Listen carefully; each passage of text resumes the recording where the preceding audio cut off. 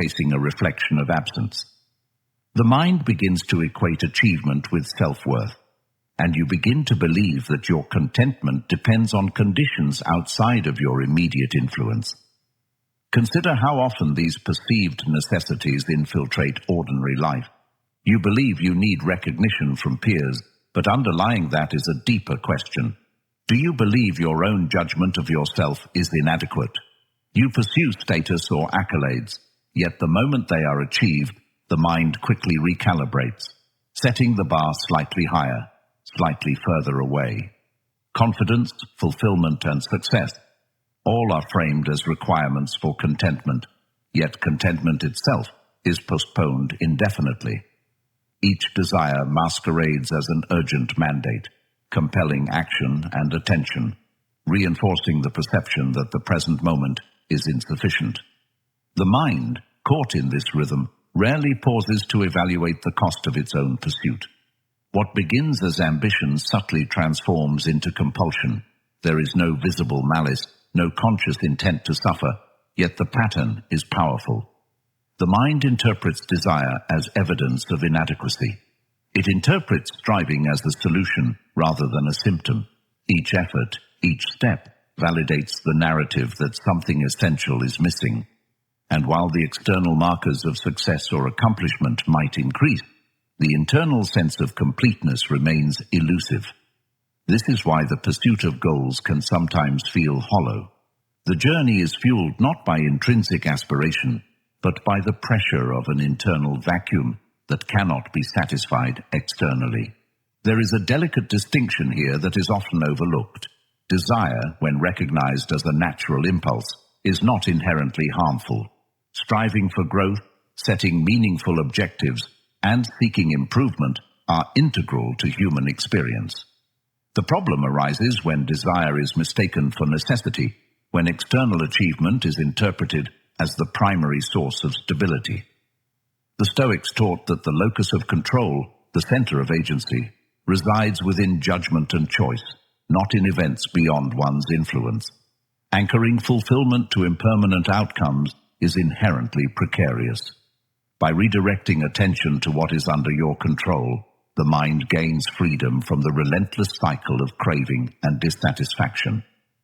The consequences of misunderstanding this dynamic are subtle but profound. They manifest as restlessness, impatience, and a pervasive sense of insufficiency. The mind continually evaluates itself against shifting standards, constantly measuring what it lacks rather than appreciating what it holds. This creates a tension between presence and pursuit, where even moments of success are tinged with the awareness of what remains unachieved. Desire, when misapplied, functions as both motivator and prison, propelling action while simultaneously fostering a sense of emptiness. It is a paradox that has engaged thinkers for millennia. The very drive meant to secure satisfaction often guarantees its elusiveness. Over time, the consequences of this discernment are profound. Freed from the illusion that fulfillment depends on external acquisition, the mind develops a steadier, more resilient orientation. The focus shifts from chasing absent conditions to engaging fully with the present. Satisfaction becomes less contingent on outcome and more aligned with perception, with judgment, with the internal faculties over which you maintain influence. Desire no longer functions as a tyrant, subtly shaping experience and reinforcing lack. Instead, it becomes a tool, a means for growth without enslavement. The more you practice this awareness, the more you experience a quiet liberation.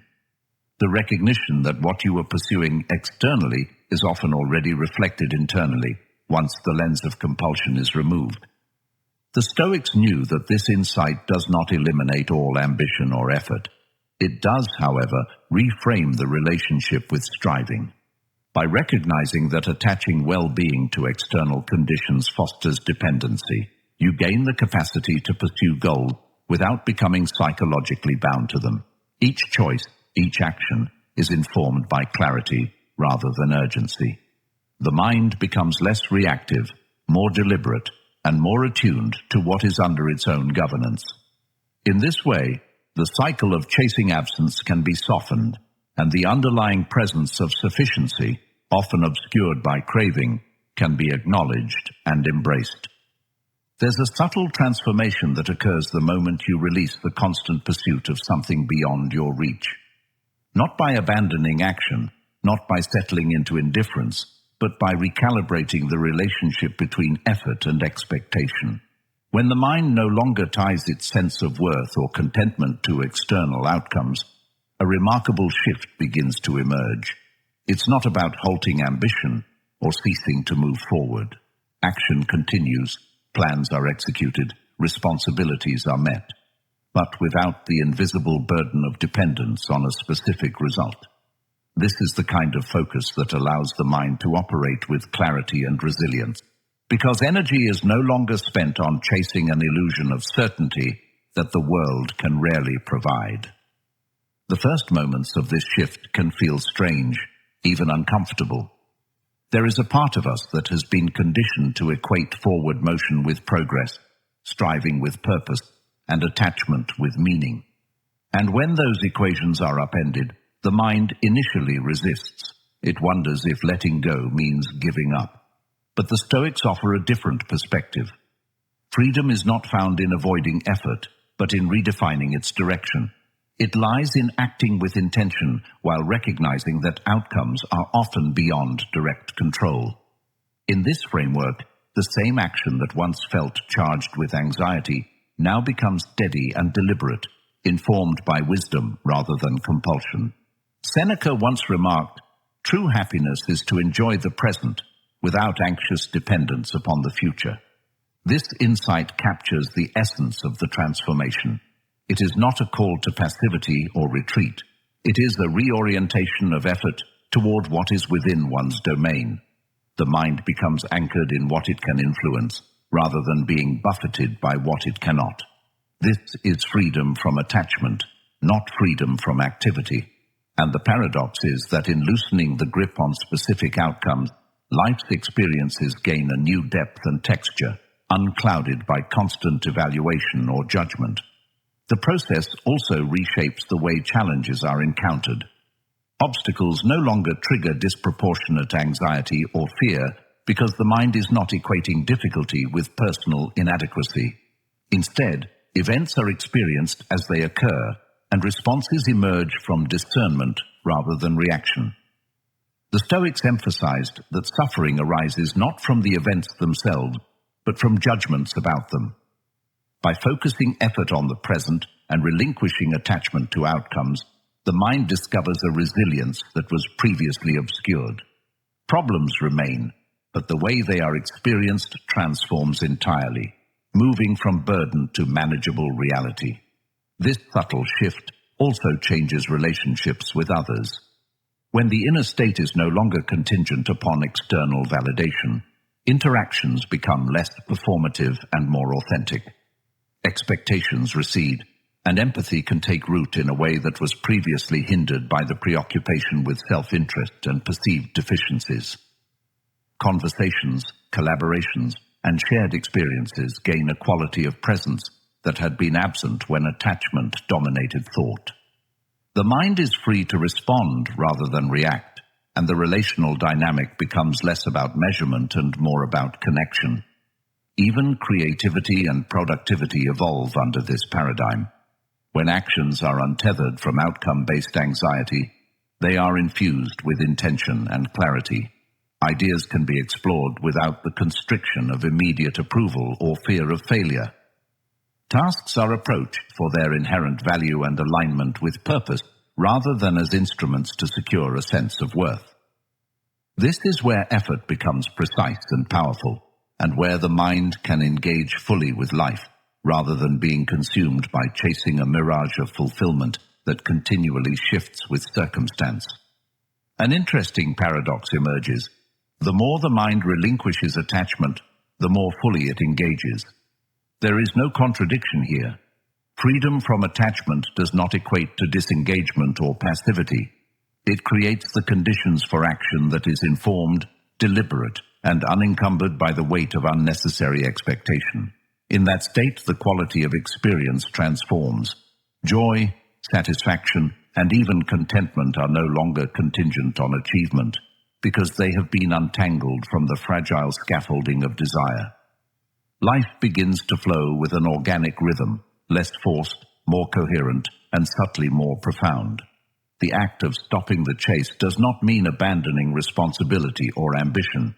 It means accepting that not everything is within your direct control and choosing where to direct your energy with discernment. By disentangling effort from attachment, you discover a space where action is meaningful, yet free from the compulsion to manipulate every outcome. The Stoic perspective teaches that peace is cultivated not by mastering events themselves, but by mastering the judgments, perceptions, and attitudes you bring to them. In this framework, the mind is not idle, but liberated. It can navigate complexity with precision, equanimity, and resilience, responding to life rather than being consumed by the illusion that controlling everything is possible. This is not about laziness or disengagement. On the contrary, life continues in its natural flow. You still take steps. You still act. You still face challenges. But the difference lies in the absence of the invisible weight you previously carried, the weight of expectation, the tension of forced satisfaction. Without it, you can experience life directly, without interference. Each sensation, each encounter, each thought arrives without being filtered through judgment. The clarity that emerges is subtle, yet powerful, creating a sense of equilibrium that was previously obstructed by the compulsion to constantly evaluate, adjust, and perfect. The experience is remarkably similar to falling asleep. No one ever drifts into sleep by demanding it, by thinking of it incessantly, or by forcing the mind into a state it is not ready for. Sleep emerges when the mind and body release the need to control, when attention is allowed to settle naturally. Happiness, inner calm, or peace behaves much the same way. It is not a construct to be forcibly built, nor a prize to be won through relentless striving. It arises when the effort to capture it stops. And yet, even with this understanding, most people continue to approach peace as if it were a goal to be attained, a trophy to be secured, as if its value increases with the intensity of the pursuit. There's a certain irony here. The more tightly you clutch after happiness, the more it seems to slip through your fingers. Each attempt to secure it amplifies its elusiveness, and yet the pattern persists. Humans have a peculiar tendency to confuse effort with efficacy, to believe that the degree of struggle directly correlates with reward. But the mind operates differently when it comes to internal states. It thrives under observation without obsession, under presence without compulsion. The very act of letting go, of releasing the need to achieve, creates conditions in which happiness can emerge organically, without force. Carl Jung once suggested that, "I am not what happened to me, I am what I choose to become." This perspective captures the subtle power of the shift we're exploring. By stepping out of the compulsion to shape every moment, to orchestrate every outcome, you open a space in which choice and perception regain their rightful authority. You are no longer at the mercy of every passing sensation, every transient feeling, or every comparison to an imagined ideal. Instead, you inhabit a space of awareness, a space that allows life to unfold, while your attention observes rather than coerces. When tension dissolves, the quality of perception itself transforms. Moments that once felt heavy with expectation now feel lighter, more vivid. Now feel lighter, more vivid, more immediate. You notice things that were previously overlooked. The subtle interplay of light and shadow in a room, the cadence of someone's voice, the rhythm of your own breath. Small experiences acquire a richness previously overshadowed by the constant preoccupation with outcomes. This is not mere poetic embellishment. It is the mind recalibrating to operate without the interference of relentless striving. Space emerges not as emptiness, but as an arena in which genuine engagement becomes possible. There's also an extraordinary freedom that comes with this shift. When you're no longer trying to engineer happiness, The instinctive tension that accompanies evaluation, comparison, and measurement fades. You're no longer trapped in an internal treadmill, constantly checking whether you've arrived or assessing your worth against a shifting standard. Without the pressure, decisions can be made with greater clarity. Actions are no longer preemptively burdened by fear of failure or disappointment. Thought processes operate with greater flexibility, allowing creativity, insight, and intuition to arise unhindered. The mind finds its equilibrium not through control, but through a kind of responsive stillness. Even the perception of time begins to change. The relentless ticking of the internal clock, measuring progress, judging adequacy, and anticipating the next moment, slows. Experience becomes richer because it is absorbed rather than filtered. Each interaction, each sensation, each event is processed in its own rhythm, free from the overlay of compulsion. The mind, unshackled from the incessant demand for happiness as a product, experiences existence more fully. This is the paradox. Freedom arises not from acquiring, achieving, or striving, but from stepping back, relinquishing control, and allowing presence to settle. Engagement with life deepens when tension fades. Tasks, responsibilities, and ambitions are approached with precision rather than anxiety. Attention is clearer, motivation is sharper, and effort is more deliberate. Actions are guided not by the compulsion to achieve validation or satisfaction, but by choice and purpose. This is not disengagement, it is refined engagement. The same energy that once fueled anxious striving now operates under deliberate guidance. The mind navigates challenges with composure rather than compulsion, and decisions emerge from discernment rather than reaction. And there is a profound peace in realizing that happiness does not need to be captured, controlled, or manufactured. It is already present, waiting to emerge when interference ceases.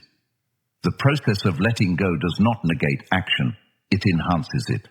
Life unfolds with a new rhythm, not dictated by the pursuit of an ideal, but by the acceptance of what is. In this space, resilience grows, perspective widens, and the subtleties of experience become accessible in ways previously obscured. Freedom from forced striving does not diminish life, it enriches it. This shift in perspective reframes the nature of engagement entirely. When the mind is free from attachment to outcome, effort becomes precise, perception becomes unclouded, and experiences become unforced. Each moment holds its own integrity, no longer weighed down by the invisible pressure of expectation. And in this environment, happiness and peace are no longer goals to chase, but byproducts of a mind allowed to settle. The more the mind releases the compulsion to control, the more fully it inhabits its own space, responding to life rather than attempting to manipulate it into a predetermined shape. There's a rhythm to life that most people overlook. From the moment you wake, routines, behaviors, and expectations begin to shape the way your mind experiences reality.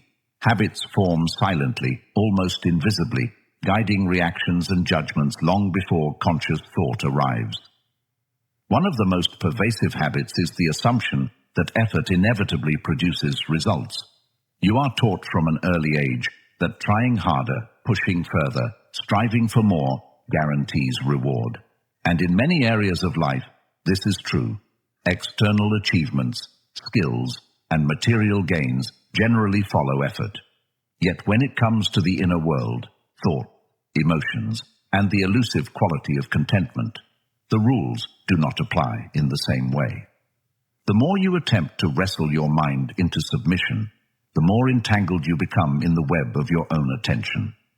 The Stoics observed this distinction centuries ago, and they recognized its profound implications. They were not interested in removing discomfort from life. They knew that suffering is inevitable, that obstacles are universal, that feelings of unease arise without warning. The question then is not whether discomfort exists, it always will, but how one relates to it. Epictetus noted, "It's not what happens to you, but how you react to it that matters." This principle reframes the pursuit entirely. Instead of attempting to eradicate negative feelings, the wise person cultivates the ability to remain unaffected by their presence, to observe without entanglement, to act with clarity even amid internal turbulence. The distinction is subtle but transformative. The effort is redirected from control to comprehension, from reaction to understanding. Habit also manifests in the repetition of expectations. You assume that each moment must conform to a standard, that each thought must be productive, that each emotion must feel appropriate. And when these expectations are unmet, disappointment, frustration, or anxiety arise. The pattern becomes a form of self-reinforcing tension.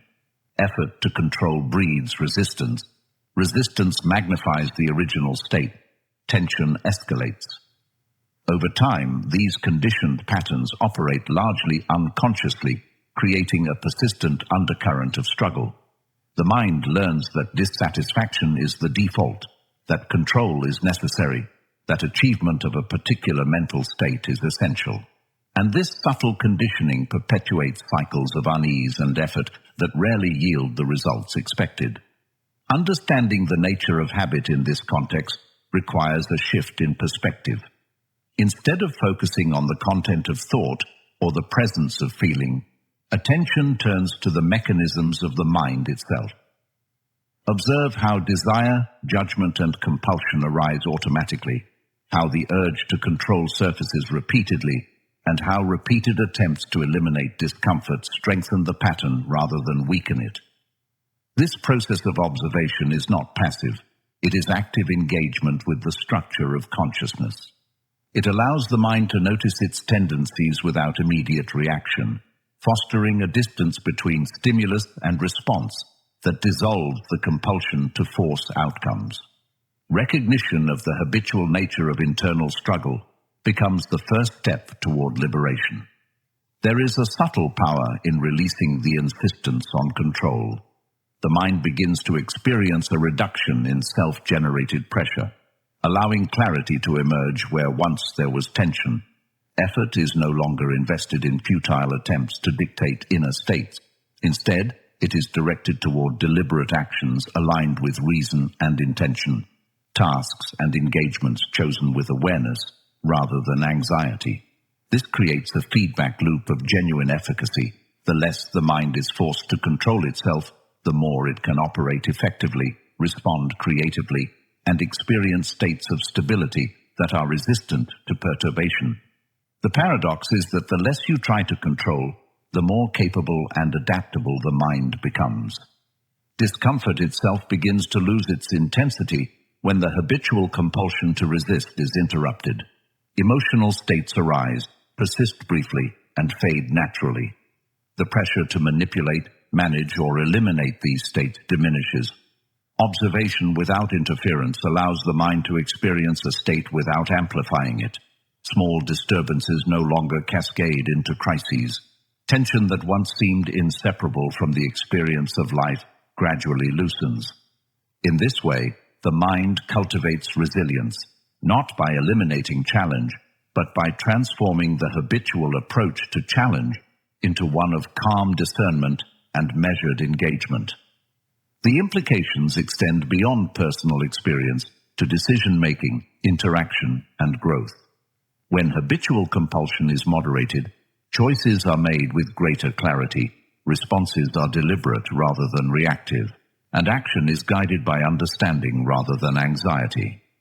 The rhythm of thought becomes less erratic, the flow of attention more coherent, and the quality of engagement with the world more consistent. In effect, the mind is liberated from self-imposed constraints that previously distorted perception and response. Internal effort is optimized not by intensity, but by alignment with principles of awareness, reflection, and judicious application of energy. This shift cultivates a mental environment in which growth, insight, and presence flourish naturally. Even long-standing anxieties and recurring emotional patterns begin to transform under this approach. Habits of judgment, comparison, and resistance, once automatic, are interrupted by conscious awareness. Each interruption diminishes the strength of the cycle, weakening the association between stimulus and compulsion. Over time, the habitual response of entanglement with internal states is replaced by one of calm observation and adaptive engagement. The mind begins to experience freedom not as the absence of difficulty, but as the absence of unnecessary internal struggle. It is a subtle yet profound recalibration, one that aligns effort with capacity and intention, not compulsion or illusion. By embracing the Stoic distinction between external control and internal response, the patterns of habit that previously constrained experience begin to loosen. Effort is redirected from attempting to force inner states toward understanding and acceptance. The mind learns to navigate life's complexities with composure and precision, responding to reality as it unfolds, rather than attempting to bend it to a preconceived notion of ideal. And in this shift, the paradox is revealed. The very effort to control, when moderated and redirected, enhances the capacity for stability, clarity, and authentic engagement with life. There is a subtle shift that occurs when the focus moves away from the relentless pursuit of external goals toward a careful examination of the mind itself. The question is no longer how to acquire, achieve, or accumulate more, but rather what habits of thought and expectation have created a persistent sense of absence. These invisible patterns of judgment, comparison, and desire shape perception in ways that are rarely recognized. You are conditioned to measure yourself against ideals that may never have existed, to treat satisfaction as something that must be earned, and to believe that the present is insufficient. This conditioning is subtle, yet its effects are profound, quietly coloring every experience with the tension of unmet expectations. The mind is so accustomed to this rhythm that it rarely questions it, yet once attention is turned toward it, the pattern begins to reveal itself. As awareness deepens, it becomes evident how much energy has been invested in sustaining these invisible expectations. Every thought, every moment of comparison, every small evaluation contributes to the perception that life is lacking. You anticipate, you plan, you strive, not just for tangible outcomes, but for the reassurance that life is proceeding correctly. Yet the very act of clinging to these standards amplifies the sense of inadequacy. The irony is that the more you attempt to create certainty or control, the more fragile your inner equilibrium becomes. Effort is applied to what is already present, yet unseen, and in this paradox, every moment presents itself exactly as it is. The world does not bend to desire, nor do thoughts and feelings yield to force. You cannot command calm, nor can you summon peace by pushing away discomfort. Yet so often, we treat life as if it must conform to our wishes, and we mistake struggle for progress. The Stoics observed this centuries ago. It is not events themselves that disturb us, but our judgments about them. Understanding this is the first step toward freedom. We spend much of our lives chasing what we think will make us complete, assuming that satisfaction lies in external outcomes. Recognition, wealth, success, these appear to promise fulfillment, yet each attempt to grasp them tightens the grip of tension instead of releasing it. The mind, when forced, resists. Effort applied to controlling what cannot be controlled only strengthens the power of what troubles us. This paradox is subtle, yet it is at the heart of human restlessness. True steadiness does not come from shaping the world to our liking, nor from erasing discomfort. It comes from attending to what is within our control, our perception, our judgment, our responses. By cultivating this inner clarity, we begin to move through life without being consumed by every thought or feeling. Peace emerges not as a prize to be won, but as a natural byproduct of understanding, discipline, and mindful attention. This is the path the Stoics walked, and it remains relevant now, as much as it was centuries ago. The mind often behaves in ways that surprise us. The more you try to suppress a thought, the more it dominates attention. The more you resist a feeling, the more it shapes your experience. This is not a failure of willpower. It is the nature of awareness itself. Thoughts and emotions cannot be forced into compliance. They arise, persist, and fade according to patterns that are often beyond direct control. When we attempt to manipulate them through sheer effort, we inadvertently give them energy and significance. What we call suffering often emerges not from circumstances themselves, but from the struggle against them, the insistence that reality be different from what it is. Stoics understood this deeply. Marcus Aurelius wrote, "You have power over your mind, not outside events. Realize this, and you will find strength." The insight is clear. The locus of control lies within, and freedom is found not by battling the contents of consciousness, but by changing the relationship to them. This pattern extends to the desires we cling to. We believe that fulfillment lies in achieving something external, recognition, wealth, validation. And yet, the harder we pursue these things as a source of satisfaction, the more fragile our sense of contentment becomes. Every unmet expectation, every delay, every perceived failure reinforces the sense that we lack something essential. Seneca observed, "It is not the man who has too little, but the man who craves more, that is poor." Desire, when conflated with necessity, traps the mind in a cycle of perpetual chasing. True stability emerges only when we loosen the attachment to outcomes and allow life to unfold without constant judgment or compulsion. By observing desire rather than being driven by it, we reclaim a measure of calm that effort alone cannot create. The process of letting go does not require withdrawal or passivity. Action continues, responsibility remains, and life proceeds. The difference lies in the orientation of the mind. When the focus shifts from controlling outcomes to observing and responding, clarity emerges. Thoughts lose their weight, emotions lose their intensity, and the persistent tension of expectation begins to dissolve. What was once a constant undercurrent of anxiety and self-judgment begins to recede. Habits of compulsive striving slowly give way to intentional presence. Even small moments gain richness that was previously obscured by incessant evaluation and comparison.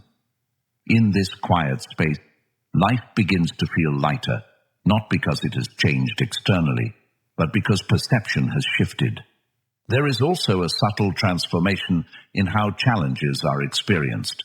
When expectations loosen, obstacles do not trigger disproportionate distress. Situations are faced with measured attention rather than reactive tension. The mind engages with reality as it unfolds rather than forcing it into a preferred shape. Freedom from attachment does not eliminate effort, it refines it. Actions are guided by insight and judgment, not by anxiety or compulsion. Even discomfort becomes a teacher, an occasion for observation rather than an object of resistance.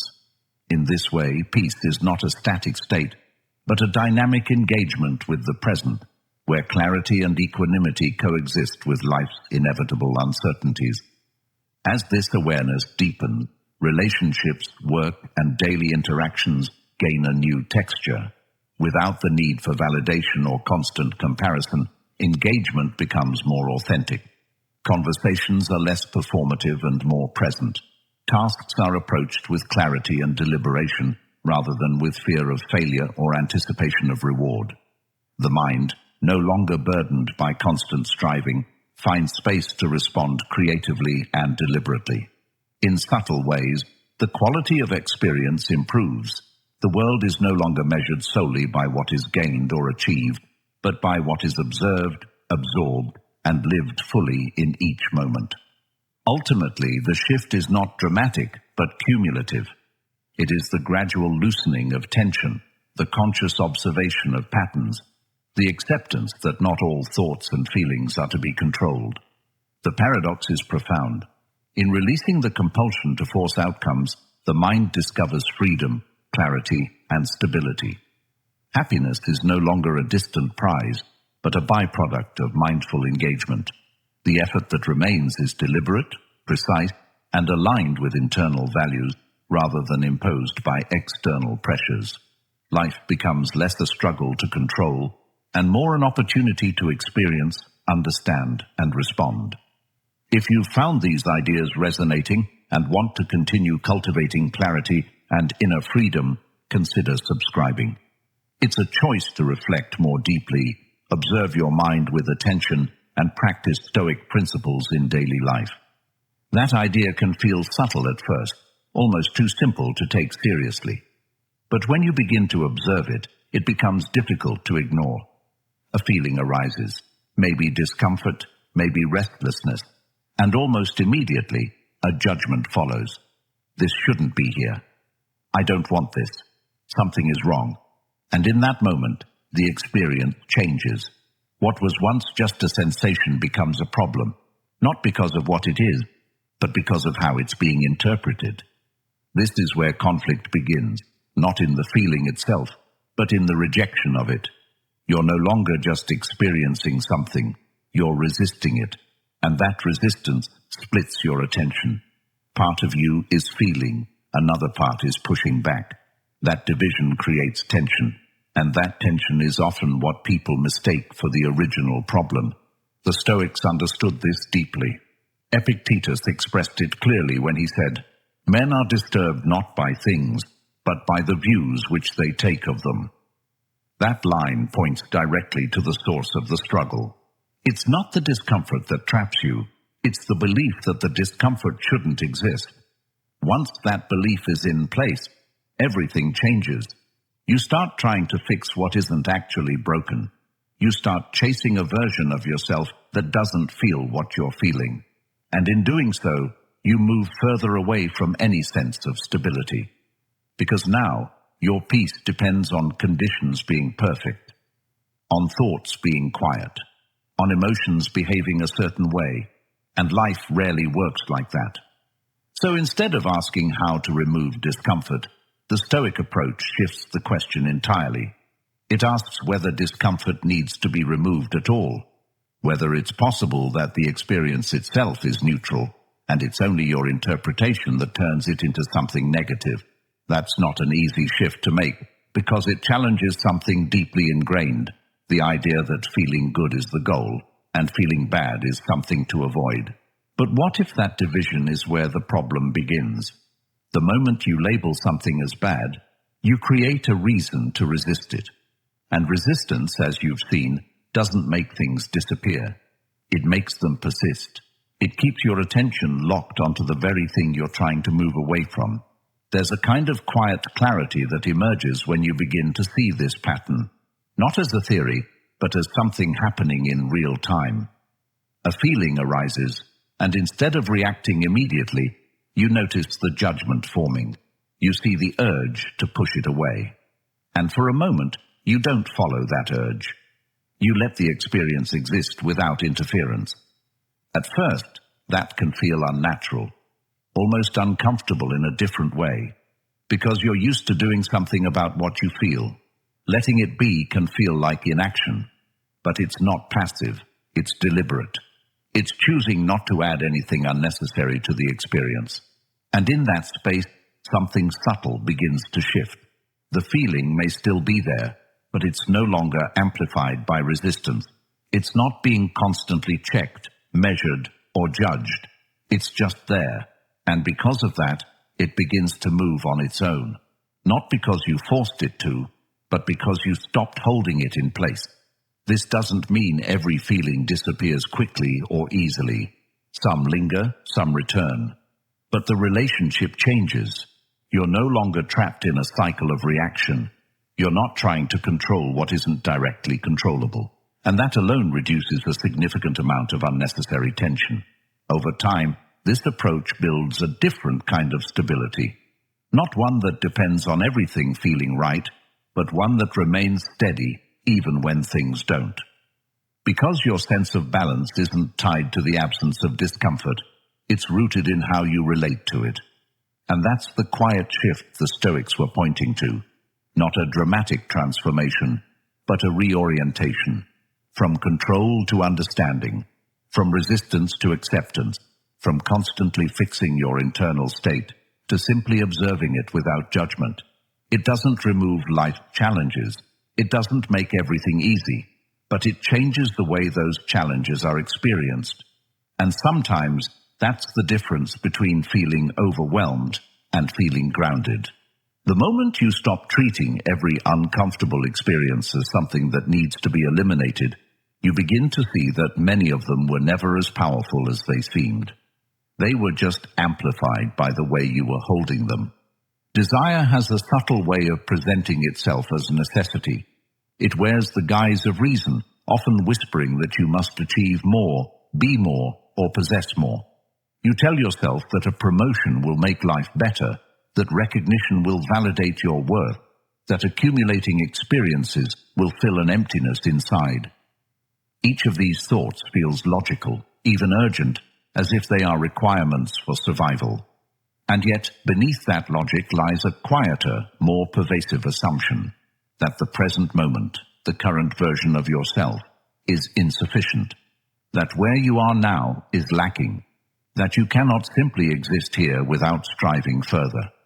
It is this hidden layer of judgment that fuels the persistent sense of scarcity in life, the feeling that no matter what you do, it will never be enough. The more closely you examine it, the more you see how desire constructs its own momentum. You pursue something you believe will fill a void, and each step reinforces the idea that you are incomplete. The goal, rather than providing relief, becomes a measure of inadequacy. Every obstacle, every delay, every minor shortfall is interpreted as evidence of your insufficiency. And in this way, desire becomes both the problem and the lens through which you view the problem. You may think you are chasing fulfillment, yet you are in fact chasing a reflection of absence. The mind begins to equate, and in this paradox, the sense of deprivation persists. Recognition of this dynamic is the first step toward loosening the hold that expectation has over experience. The Stoics taught that much of human dissatisfaction arises not from circumstances themselves, but from judgments imposed upon them. When the mind insists that life must appear a certain way, it produces resistance and tension whenever reality deviates from that imagined ideal. Marcus Aurelius reminded us, "The happiness of your life depends upon the quality of your thoughts." This statement highlights the radical yet simple principle that inner peace is determined less by external events and more by how they are perceived. By recognizing the patterns that create the feeling of lack, you begin to untangle expectation from experience, allowing life to be seen more clearly, in its unadorned, unmanipulated form. Loosening expectations does not mean lowering standards or abandoning ambition. It means releasing the compulsion to make reality conform to a personal script. It is the shift from a mindset of scarcity and obligation toward one of openness and receptivity. The more tightly the mind grasps for a predetermined outcome, the more constricted experience becomes. The less it grasps, the more space arises for subtleties, for nuance, for life as it unfolds. Even small reductions in mental rigidity create an observable difference in perception. The weight of constant evaluation and judgment begins to ease. What was once experienced as a relentless treadmill of striving now presents itself as a landscape in which the mind can operate with greater freedom and composure. This recalibration of expectation transforms relationships too. Interactions are no longer dominated by a need for validation or affirmation, because the internal standard of sufficiency is no longer tied entirely to external confirmation. Social dynamics become less a measure of adequacy and more an opportunity for engagement. Communication occurs with clarity, not under the burden of comparison or anticipation. Attention is freed to observe and respond, rather than to measure and defend. In this space, authenticity emerges naturally, because the mind is no longer preoccupied with ensuring that every action aligns with an idealized standard. The absence of rigid expectation enhances presence, allowing engagement with life to be richer, more flexible, and more immediate. Even ordinary experiences gain depth under this framework. Activities that were once performed with underlying tension, meals, walks, conversations, work, begin to feel less burdened by internal commentary. There is less analysis, less internal debate, less questioning of whether the moment is being fully utilized. Life becomes lighter, not because external conditions have changed, but because the internal framework has. The subtle loosening of expectation creates space for enjoyment, for appreciation, and for the perception of abundance that had previously been obscured. This is the quiet power of attention applied to the mind rather than the world. It allows the richness of the present to emerge unimpeded. The process also shifts the relationship to desire itself. When expectations are no longer rigidly imposed, desire can be recognized for what it is, a natural inclination rather than a mandate for satisfaction. The mind can pursue goals, seek experiences, and engage in personal development without mistaking these activities for the primary source of contentment. Effort becomes precise and deliberate, aligned with values and intention rather than reactive or compulsive. In the absence of constant pressure, actions are taken with clarity and purpose, creating a sense of agency that had been previously masked by the need to chase outcomes. The mind begins to inhabit its own capacity for discernment rather than being driven by unconscious compulsions. In this space, life unfolds with a sense of balance that was previously inaccessible. The absence of relentless striving does not equate to passivity. Rather, it allows engagement to be measured, intentional, and harmonious. Experiences are not colored by the compulsion to secure or control, but observed with attentiveness and equanimity. Internal freedom grows, not through accumulation or achievement, but through the gentle release of expectation. Paradoxically, it is in letting go of rigid demands that the mind gains the clarity and perspective to act with true discernment. The quality of experience improves because the energy previously consumed by compulsive striving is redirected toward awareness and intentional presence. The final revelation of this shift is subtle yet profound. When expectations loosen, the mind is capable of perceiving richness that was always present but obscured by the weight of compulsion. Moments of connection, beauty, insight, and insight unfold naturally, without being forced into a framework of adequacy. Effort, when guided by awareness rather than anxiety, becomes a tool for engagement rather than a measure of worth. Happiness, satisfaction, and contentment are no longer distant or contingent. They arise organically from a mind free from the tyranny of rigid expectation. In this liberation, you discover what effort alone could never provide, a sense of fullness, of presence, and of connection that is internally anchored rather than externally dependent. The quiet freedom you've been searching for has always been within reach, not in chasing, forcing, or controlling, but in letting go, observing, and allowing life to unfold as it is. Every moment becomes richer, every breath steadier, and every experience more alive when you release the weight of expectation and attachment. This is the peace that effort alone can never give, the clarity that comes when you stop trying to hold what cannot be held, and the strength that grows when you simply stand present in your own mind. Thank you for being a part of Stoic Journal. If you want to continue this journey, explore one of the suggested videos on the screen and see how these principles can deepen your practice and transform the way you experience each day.